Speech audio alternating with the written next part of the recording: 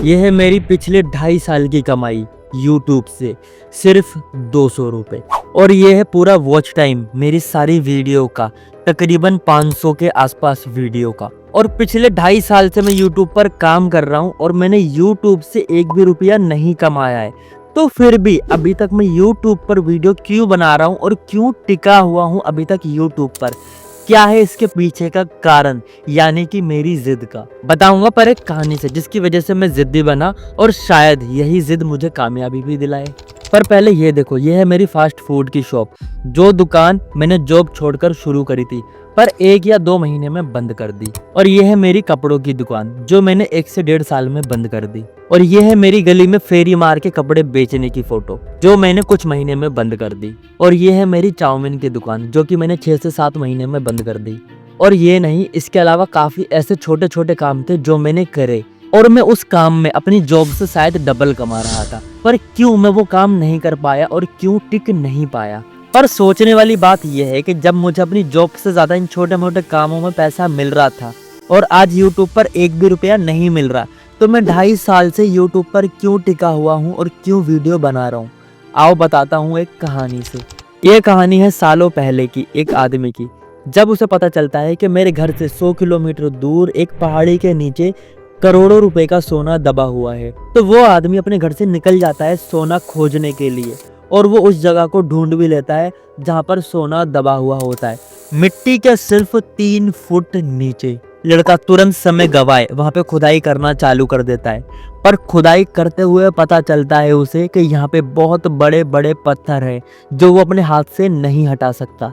लड़का तुरंत बिना समय गवाए मशीन खरीदने के लिए जाता है जिससे वो पत्थर हटवा सके, पर मशीन की कीमत बहुत ज़्यादा महंगी थी। तो वो अपने 3 दोस्तों को कन्वेंस करता है पैसे मिलाने के लिए, और कहता है कि हम चारों मिलके पैसा डालेंगे और उसके बाद जो भी सोना निकलेगा चारों में बांट लेंगे।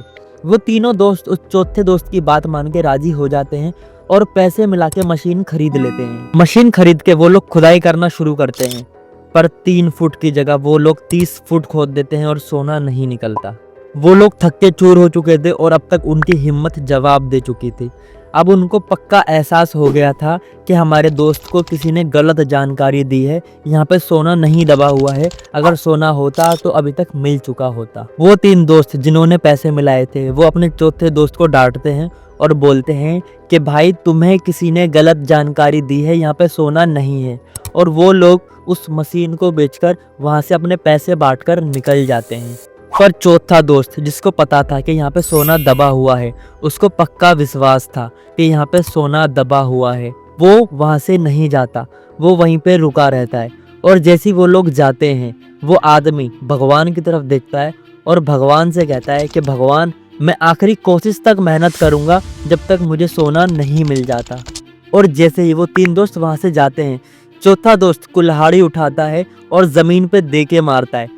तुरंत एक खनन की आवाज़ आती है, और जैसी वो खुदाई बढ़ती जाती है पता चलता है कि यहाँ पे करोड़ों रुपए का सोना दबा हुआ है, और वो बहुत ज़्यादा अमीर बन जाता है। इस कहानी का तात्पर्य ये है कि अगर वो 3 दोस्त भी वहाँ पे रुकते, सिर्फ कुछ देर और एक खुदाई और करते, तो वो भी अमीर बन सकते थे।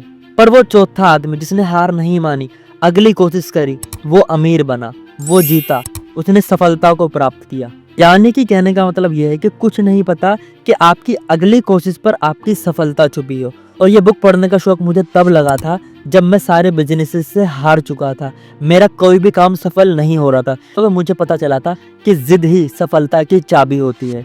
अगली कोशिश पे हो सकता है कि आपकी सफलता छुपी हो। और इसी कहानी से मुझे लगा कि क्या पता अगली कोशिश पे मेरी सफलता छुपी हो, अगली वीडियो पे मेरी कमाई छुपी हो, अगली वीडियो पे मेरी कुछ सफलता छुपी हो। इसीलिए इस कहानी से मुझे लगता था कि हमें कभी भी अगली कोशिश करना नहीं छोड़ना चाहिए।